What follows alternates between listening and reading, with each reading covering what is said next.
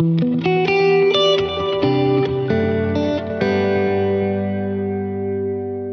everyone. Welcome back to the Israel Connection podcast. I'm Esti Zenati, and I have a very special guest today. My guest is attorney Ran Bar-Yoshafat. Hi, Ran. Thank you for joining me today. Hi, happy to be here. Thank you.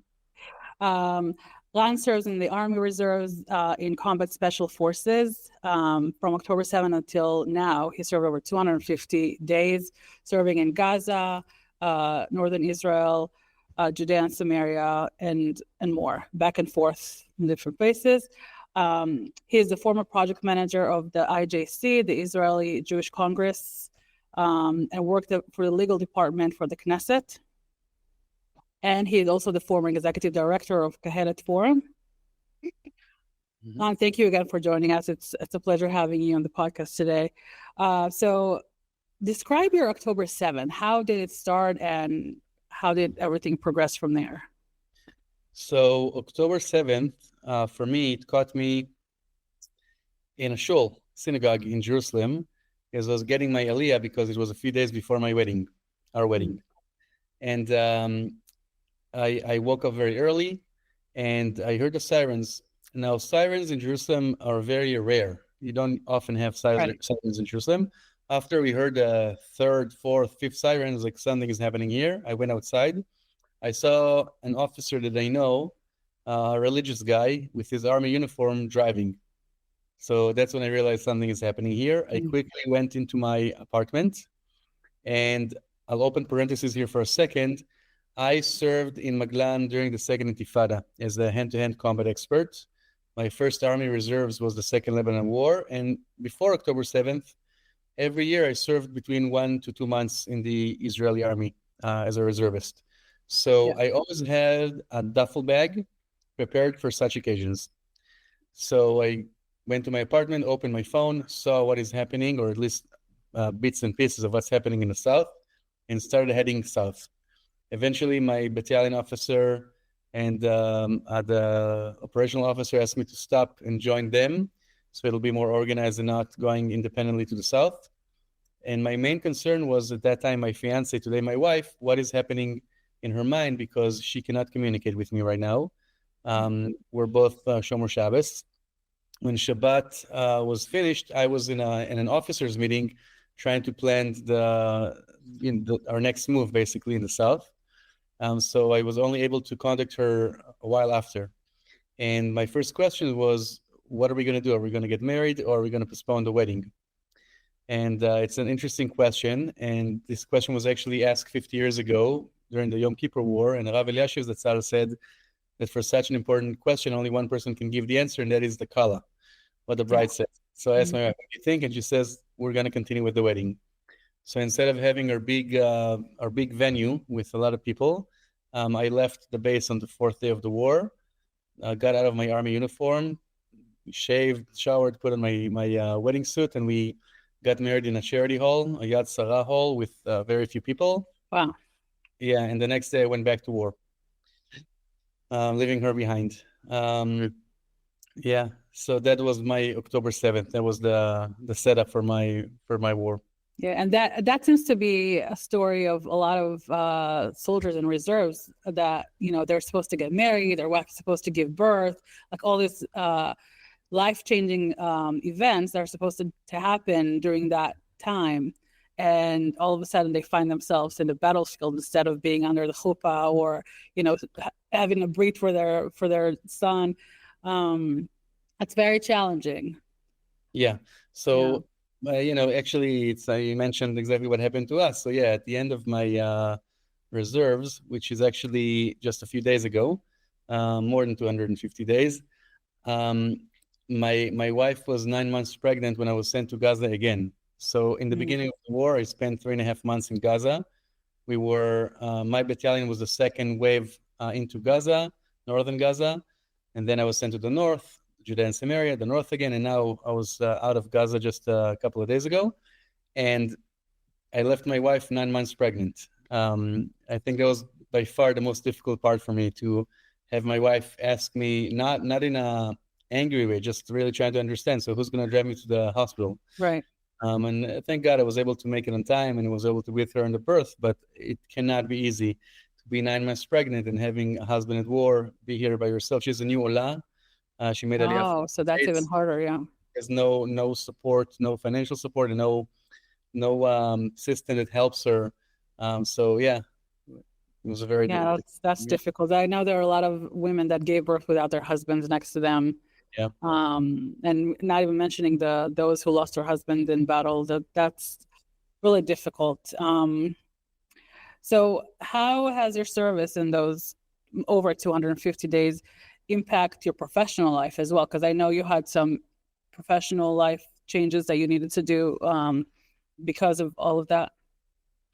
Well, obviously, first of all, I lost a great deal of money. The government wants to compensate, and they're doing their best, but they cannot really. I'll give you just one example. I give in a year, let's say, somewhere between 50 and 100 lectures. I think I gave one. Oh, wow. That's not something I wasn't Yeah. available in every month since October 7th. Apart from 2 months after we were released, once I was in the army. So the government cannot compensate me for that. So a great deal of money that was lost. I was really close to finishing my PhD. I hope that I'll be able to finish it now because PhDs, when you're not continuing, if you're not moving forward, it's not that you're staying put, you're moving backwards. Because Yeah. now I have to remember what I was trying to write, over a year ago. And that's very difficult and it's very frustrating. I would really be happier if I would already have this behind me. The physical fitness, I used to do Ironman competitions. In the war, I gained a lot of weight. A lot of people are so surprised by that. A lot of soldiers gained weight and lost their fitness, especially the Army reservists, because of stress eating, because of the fact that in the first few months, we weren't able to get normal food. There's no electricity in Gaza or running water. So basically, you're also limited, or roads that we were able to use. So the people who were actually doing the fighting, they weren't able to give us proper foods. It was mainly like candy and stuff like that. And after a few months of eating candy, you're losing your shape. Yeah. And I told you the most difficult part was basically knowing that I'm putting so much burden on my wife that doesn't have not the financial support and not the family support that I'm not sure that would have helped completely, but it would have given a little bit of support.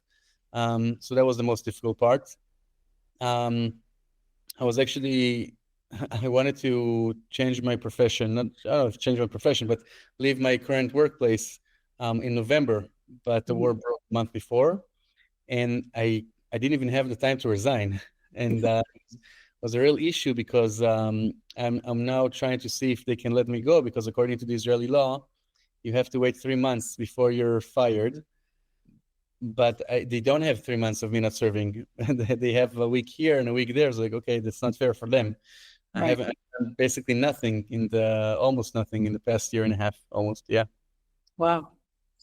Yeah, a lot of people I know lost their businesses and lost their jobs because they've been serving so much, which is really unfortunate because it's not something that you guys control. It's the necessity. That's what the country needs. True. I also heard that a few people were actually able to make profit here, but I think that that's really the exception to the rule. People who were people who weren't in the front lines, let's just put it like that, they were able to get salary from the army and also continue their daily work. That's really a drop in the bucket. Most people have suffered financially from this war, no doubt.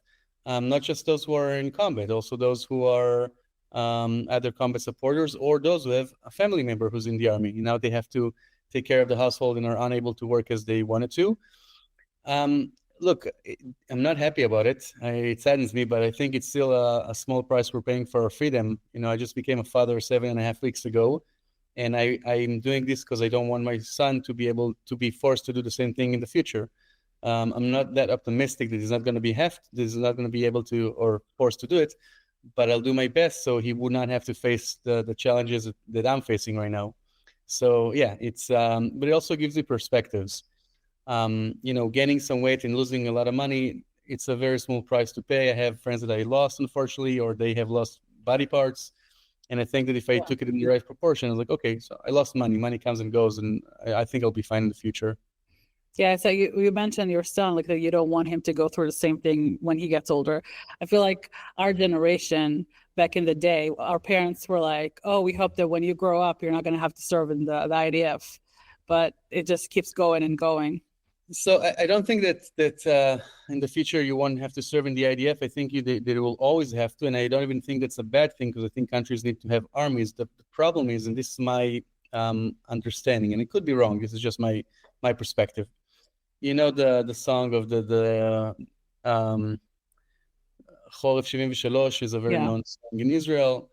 Basically, after the Yom Kippur War, people were hoping for peace, and in that time, we were facing a different type of enemy, countries. I think that the people who are frustrated right now, regardless of their political views, they're frustrated because we're not winning, meaning they want to continue to fight. The soldiers on the ground, it's very, very different than to say, I wish you would have peace with this country. That's one solution, so I wouldn't have to serve so hard. Another solution is like, I want to defeat the enemy, so you wouldn't have to serve so hard in the future. And I think I wonder what song they're going to write about this war after this. I don't know. There have been a few songs released this year that there's one that Superheroes tells us that we're gonna, shut down everybody, like, take care of everybody, so to speak. And then there are those who encourage the country that say Am Yisrael Chai and all these songs. So what were like 2 or 3 very impactful moments that you had or incidents that you had during your service? So I'm going to, obviously the most important ones were getting married and becoming a father, but I'm going to put that aside. I had a very positive, I don't know if you can call it a positive experience, but a very moving experience that we found bodies of hostages. Oh, wow. And I asked the soldiers that were around me, I asked my soldiers, you are aware of the fact that we're staying here and we're risking our lives, and we knew that the chances of the hostages being alive are very slim. They were killed long before we got to them, like a month before we got to them. And I asked my soldiers, how do you feel about it? And they said, we're happy to be here. We're happy to serve, even if it's bodies of hostages, because the parents deserve to have a grave for their kids. Yeah. They deserve to have a closure. And obviously, I would prefer finding live hostages. But even bodies of hostages, it's something that was very crucial for us, and we put it in the top priority in our missions while we were there. I'm not sure it's a big political question if it's the number one priority for the war or the second priority to defeat Hamas. Should be, I don't know, it's a different question. I'm talking while I'm already there, and I have several missions. One is to destroy a certain building that we know it's a headquarters of Hamas, and another is to find bodies of hostages. It was clear for everyone that right now the main issue is to find the bodies of the hostages. Hopefully it was nobody. I was very surprised with the fact that people talk about the tunnels, Hamas's tunnels, and I think sometimes people envision like a very narrow tunnel that you have to crawl in. These tunnels are humongous, huge. You can have like 2 lanes of cars in these tunnels, gigantic tunnels. Oh, wow. The tunnels that we found the bodies at, it was a 2-layer tunnel, 2 floors. One was about 2-floor tunnel. Wow. One was about 12 yards dug down under, and one was almost 50 yards dug inside, and it was about 2 miles long. It's a tremendous, and people also sometimes they envision the tunnel to be like a straight line. They build the tunnels very well. It takes turns, and you have like submarine doors in case you want to bomb it, so it'll stop. So they're very sophisticated in how they build the tunnels. You have control rooms in these tunnels. You have enough supply for years, gasoline and food and whatnot. So yeah, that was one incident that was very impacting for me. Another was when I lost a friend, Moshe Leiter, Shem Yikom Damo. He and a group of other soldiers came into a mosque. And I want to say something here. I haven't been to all the houses in Gaza, but I've been to a lot. And I don't have a single exception to what I'm saying right now. Not a single exception. Not 99%, but 100%. All the houses that I've seen in Gaza had either Nazi propaganda, anti-Israel material, explosives, rockets, weapons. I don't have not one exception, not even one. And it's very surprising, again, that I spoke to soldiers with different political views from different units, and they all share the same thing.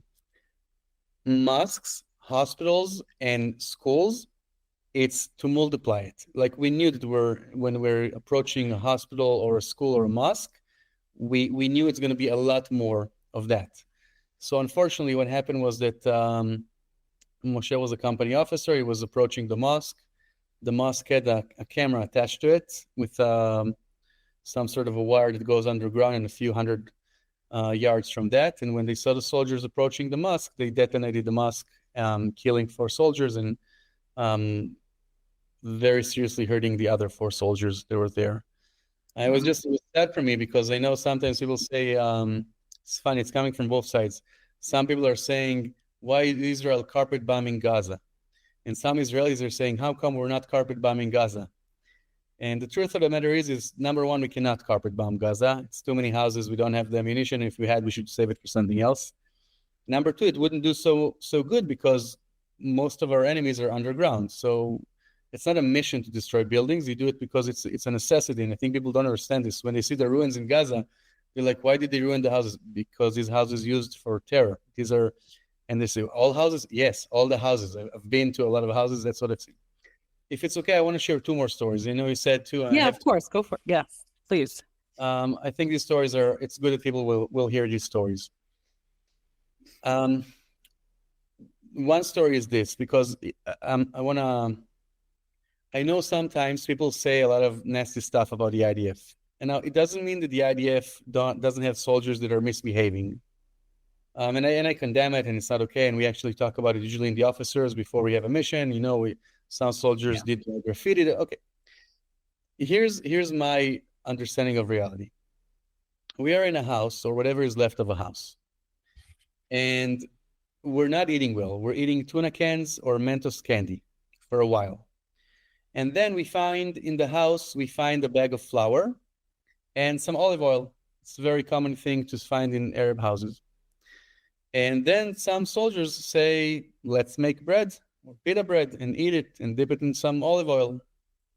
And some soldiers say, nope, you're not allowed to use it. This is not how we do it. We don't loot. And the soldiers say, this house is going to be exploding like an hour. Like no one is going to use it. We're going to explode everything here with it, with the oil, with the flour. And other soldiers are saying, as long as we have convoys bringing us food, we should not touch the food. Now, I don't care about the moral decision that people have here. Some can say, you're at war, you should eat whatever you find. Some say, if you get tuna cans from the army, don't touch your flour. The fact that we're having this conversation in Gaza, it's not like me and you speaking right now when I have the neon lights above me. It's while we are hearing explosions. It's right. While Hamas is firing artillery at us, while you're hearing the AK-47 and the M16 firing at each other. Like, while we're having that, this is the discussion that we have. And I think this is really the true representation of what's happening in the IDF. The second thing I want to share with you, if I'll describe war later, maybe it'll be easier to understand, but people can imagine war is very stressful. You hear, there's noise 24/7 and it's dirty and you don't shower and it's very difficult to use the bathroom because there are no running waters. Food is not very well and you're tired. So, and the smell of dead bodies is also, all of that is it's affecting you. So the high-ranking officers said, let's take one person from each team and send him for like a 16, 18-hour break. So that person will be able to be more refreshed, and that way we'll be able to preserve the energy of the teams. And I heard one team, which is a very unique team because everyone there are volunteers. They're all over the age of 40. I myself, I'm an officer, so I'm allowed to serve. I'm supposed to serve a little bit more, but I'm also fairly old for a reservist. I'm 41. And this team specifically, there was even a guy who's 50 years old in that team. Wow. Mm-hmm. And what was amazing is that I heard them arguing, but they weren't arguing because everyone was saying why he has to go, but they were arguing because everyone said why the other person has to go. So they told the physics professor, you have to go, your students need you. And he said, me, I have tenure, right? I'm fine. This guy just started a new job. He has to go. Says, me, it's just a job. This guy just had a new baby. Says, it's just one kid. This guy has 3 kids. And it was amazing to see the motivation that the people had. Like no one enjoyed being there. They all have their lives. They all know that they're paying this, and no one can reimburse. No one's going to say, hey, Ran, here's the amount of money. Thank you for it. That's not going to happen. but they're there. They understand the mission. They understand the importance of this mission, and they care more about their friends than themselves. And I thought that was something was very remarkable. It's amazing. Yeah. I mean, I guess everybody knows that the importance of them being there and doing what they have to do. I mean, somebody has to do it, unfortunately, where, Israel is a country that always needed its army. And it's not like other countries in Europe or other places that they have an army, but it's not like needed like 24/7. In Israel, it's different. We need our army. We need our combats. And I think like since October 7th, it's been amazing to see as an Israeli, to see the motivation in the soldiers, in reservists who are not even 40-year-olds, like 50 and 60-year-olds that go and serve. And unfortunately, some of them got killed. And it's just incredible. It just shows you the strength of our people and their resilience and the quality of the people that go and serve and do all these things. Yeah. It's also nice to see that all of the dispute and fighting that is going on in Israel the year before the war, you don't really see it when you're in the Army Reserves. It doesn't matter if you're religious or secular, right wing or left wing, like we know together there. So that's another thing that is amazing. And I know a lot of soldiers spoke about this. So what has this service meant to you? Or what is your service in general in the IDF has meant to you? I made a decision many years ago that I put the Army Reserves first. It hurts your daily life. It hurts you physically, not just the war. It hurts you physically. It hurts your finance. It hurts relationships. It hurts your ambitions to do all sorts of stuff. Hurts your career. And we have to remember, we're talking about tens of thousands of Army reservists. We have a country of 10 million people. Not a lot of people serve in the IDF. People forget this. People like imagine, because we know that in Israel, everyone serves in the army after high school. Okay, 10% go to combat. Not everyone has you don't have to be in combat to have a very meaningful service. Some people do an amazing job and not combatant. But it is a little bit different. And then in the reserves, it's a smaller group, and it's less than 5% if I count everyone who even said hello during the war. It's not that many people. And the people who are actually fighting, that's a lot less than 5%. That's close to 1 or 2% of the population was actually basically taking the toll for everyone else. And those who were actually not just in combat, but were actually fighting in Gaza and in Lebanon and in Judea Samaria, we're talking about less than 1% of the country. So I think that there's a part of me that says, I kind of wish they would have a little bit more help. Because, I served a lot, I think, for a bit more than 270 days. Mm-hmm. And if I could have gotten like a month or two break in the middle, that would have been great for my physical fitness and for my job opportunity and for my PhD. But that's my decision. And my wife also knew it before we got married. She knew that for me, it's a priority with the prices as we pay. It's not the IDF, unlike some armies in the world, it's not a professional army. It's a draft. And we do it, on one hand, it's a mandatory draft. On the other hand, people do it, especially in the Army Reserves, because of their motivation. Meaning there's not a single Army reservist that cannot be discharged from the Army Reserves if he or she wants to. All they have to say is I don't want to serve anymore, and they'll be discharged. And we're not getting paid. I mean, we are getting some reimbursement from the government, but usually you lose. It's not like a salary you would get in a job. Yeah, even my employees, basically, they lose money whenever I'm in the Army. But that's a decision, because the way I see it, if I don't serve and other people say that they don't serve, then we wouldn't have an army, and then we will all die. Right, exactly. Yeah. So if I don't pay the price, I'll pay a much higher price. Yeah, that's true. So you had several speaking engagements in the U.S. after October 7th, but one in particular got some extra coverage because of what happened. You talked at UC Berkeley, and it was shut down because there was an angry mob of anti-Israel screaming and heckling you. So what happened there exactly? So after my first round in Gaza, I went on a 2 months, almost 2 months tour in America to share my experience. And I was meant to speak at a Jewish club in Berkeley. I've spoken in Berkeley before in 2012.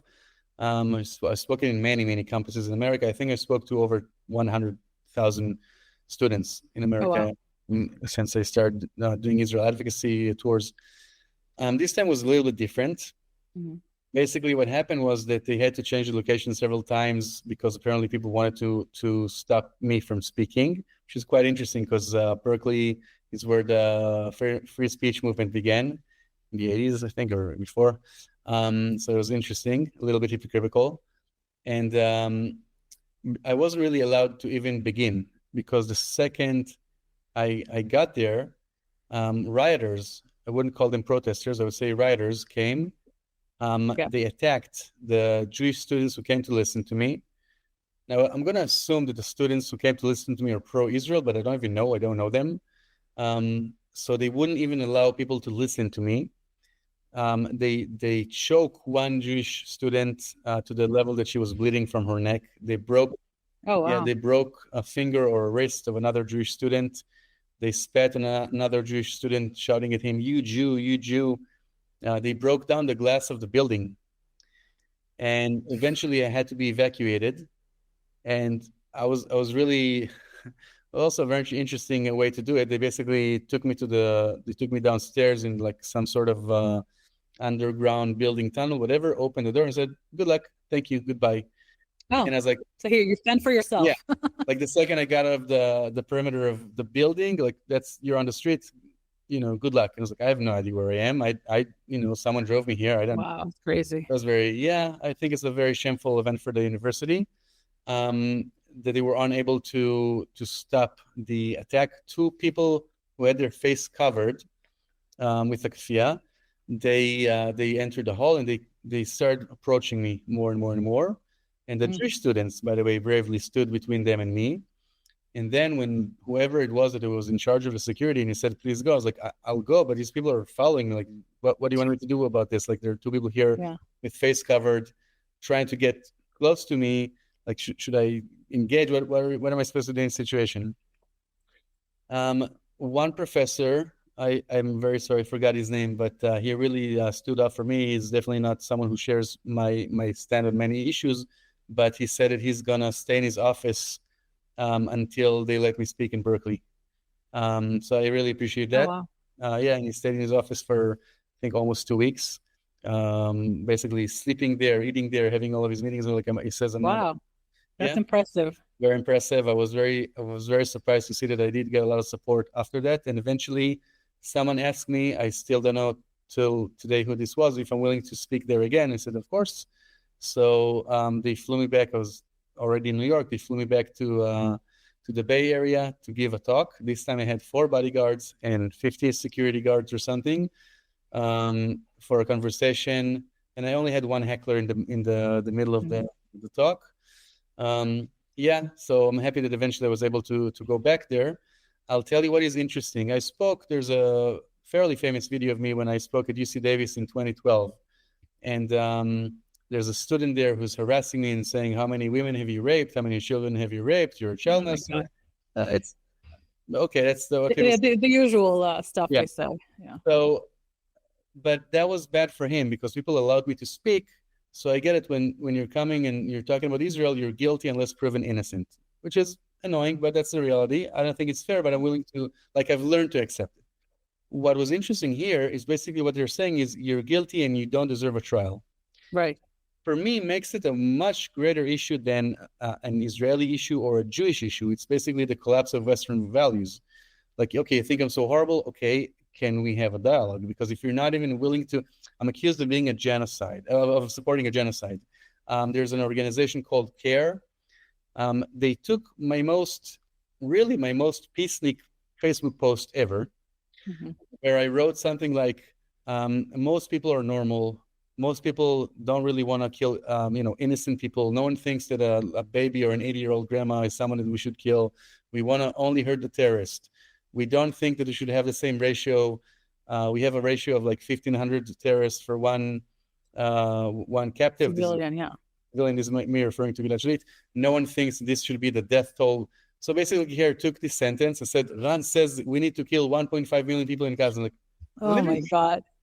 and I got canceled, by the way, in a high school in California because of that. I was like, you literally took my most like, hey, we only want to hurt terrorists. And they took this post and they like twisted Yeah, they it. always find a way to twist things to match their narrative, and yeah, it doesn't make sense. I have much more hawkish like comments. They really took my most like, hey, let's just remember that we only want to hurt, the bad guys. And anyways, so it was very annoying. So that's one of the triggers for the people who were protesting. They're saying, no, Ran supports a genocide, so he shouldn't be allowed to speak. No, not just support. Ran commits a genocide. Yeah. They didn't even ask me if I shot my gun once while I was in Gaza. Some people, their army service is supposed to be to help the population in Gaza. Not my personal army service, but some people did. They wouldn't even know about that because I put you in a box and that's it. That's where you are, and you're not allowed to defend yourself. Yeah, to them, even if you serve in the kitchen, cooking food for IDF soldiers, as long as you're in the IDF, that you're killing children, you're doing this and that. No logic whatsoever. And that organization you mentioned, CARE, they're despicable. Like the things they do and say against Israel, and it's horrible. And people take them as if they're like this great thing. Their support for the actions of Hamas during October 7th, before people even knew how many women Hamas has raped in the south of Israel, they were already condemning Israel for what is happening. Yeah. All right. What message would you like to send to the Jewish community in the diaspora and the non-Jewish world also? So two different messages. Because I do feel like the Jewish communities in the diaspora, they wanna help. Mm-hmm. In every lecture I've given, I always heard someone from the crowd saying, "What can we do?" Yes. And I'm very sad to say that I was right. And I told them, you need to take your time because this is a marathon and not a sprint. Right. And I can say that I certainly feel this in Israel. And I also feel it a little bit in America now, that people care less. People are just, they're tired. So a few weeks ago, maybe a month ago, I went to a bakery and I wanted to buy something. And the guy says, no way, this is on me. Well, I came super dusty. I came from an army operation in Gaza. I still had all my gear on me. And I just wanted to buy like some pastry. I was hungry. He's like, no way, you're not paying. You just take care of yourself. So it was actually very heartwarming. These small gestures, it's maybe $5, but it makes you feel warm and fuzzy inside because it means that they care and they appreciate what you're doing. But you feel less and less of this in Israel. And I think you also feel less and less of this in America. For instance, when I flew to America after my first round in Gaza, everyone was like, I want to hear your stories today when I have like Gaza, Lebanon, Shechem, Lebanon, Gaza. It's like, okay, I mean, we had enough soldiers speaking here, which is okay. I get it. So my message for the world jury is it's long. It's not gonna end now. It's a long battle. Yeah. For the non-Jews, I would say that they should really understand that Hamas has perfected the art of deception, lies, manipulation.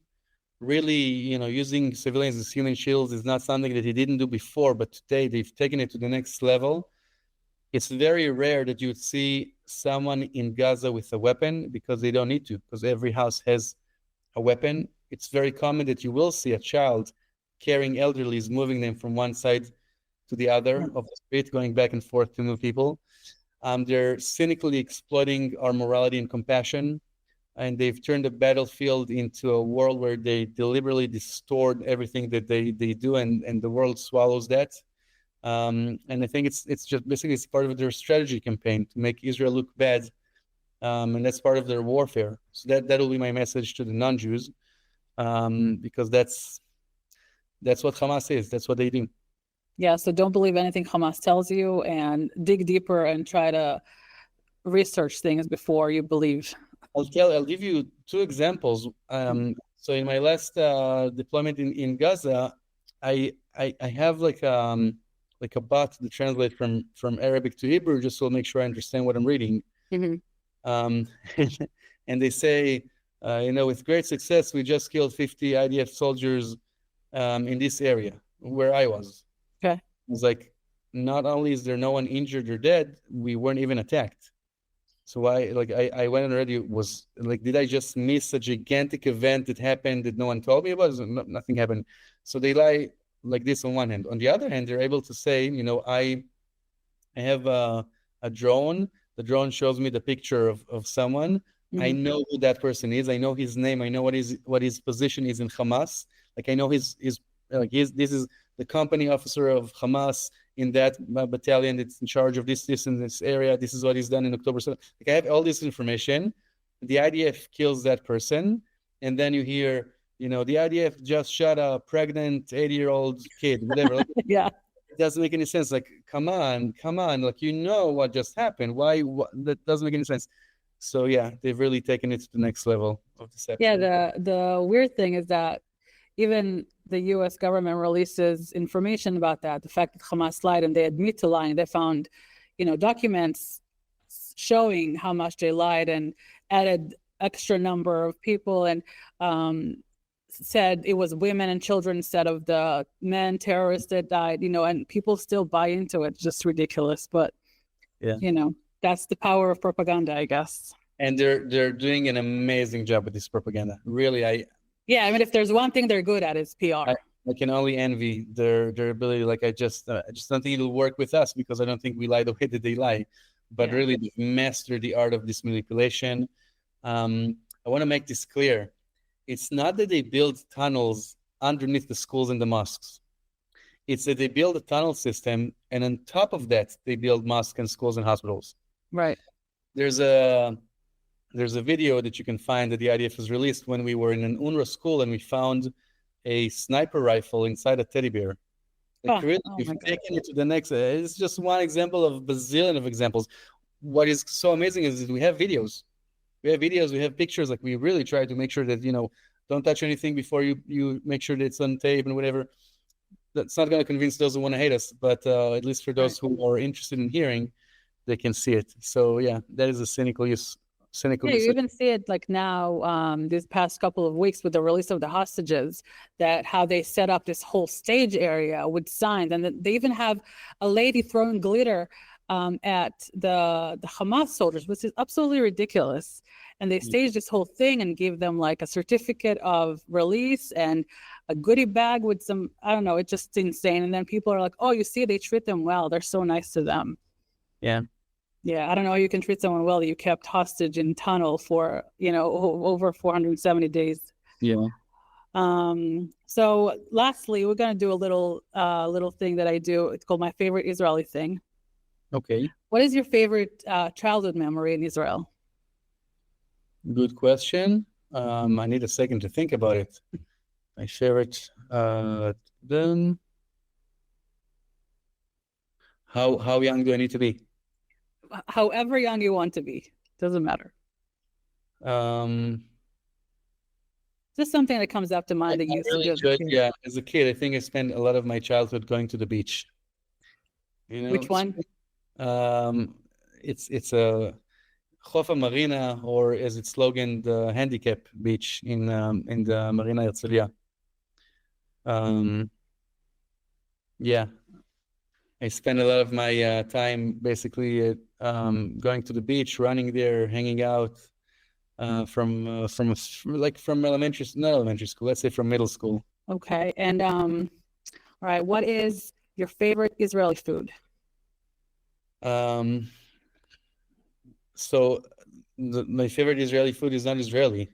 I will say this. I will say that hummus is better in Israel than any other place in the world.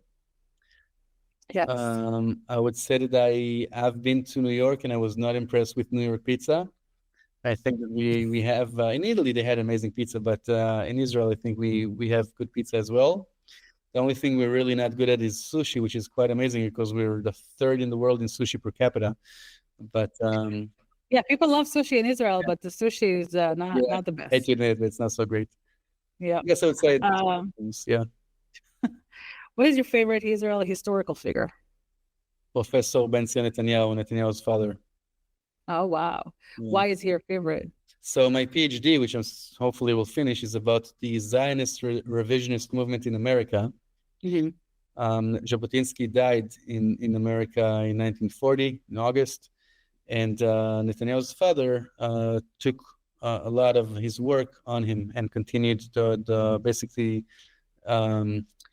So Netanyahu's father, Professor Ben-Zion, he published something in the New York Times that I take in heart whenever I feel that I'm not happy with the Israeli army. Because Israelis like to complain, and I think rightfully so, about things that we experience. And basically, he published a big, this is in 1942, and he published this in the New York Times, and it says, Jews fight for the right to fight. Mm-hmm. And I admire that. And I think that whenever I complain, I'm like, okay, but at least I can fight. Like, at least, with all of the annoyingness and I'm losing money and whatever, I can take my M16 and I can defend my family and friends. Like, I have this ability. My grandparents did not have this ability. So the fact that I am able to do that, that's what I'm taking with. Yeah. Right. And it's important, especially the other day was International Holocaust Remembrance Day. And, they did have a few smaller groups that were able to get together and fight the Nazis. But it wasn't like a big army, like we have right now in Israel that can protect the people. It's different. So it's really important that we do have it. And lastly, what is your favorite Hebrew word or expression? It's a good question. My favorite expression. I don't know. It's not like a Hebrew word, like a word that you like that you use a lot. So I use sababa a lot, but that's like the Israeli version of someone saying like. It's not very good. I need to think about it. I don't know. I'm not sure. I don't know. We'll go with sababa. It's not really in Hebrew. Well, yeah, sababa is in Hebrew. It's Arabic originally, if I'm not mistaken. Really, sababa? Think so. Could be wrong, but as far as I'm aware, it's originally from Arabic. No, interesting. I didn't know that. All right, well, Ran, thank you so much for being here today. It's been a pleasure talking to you. And hopefully people will take what they need to take from our conversation and from your story. Thank you so much. Thank you for having me in your show. Thank you. And thank you all for listening. Until next time.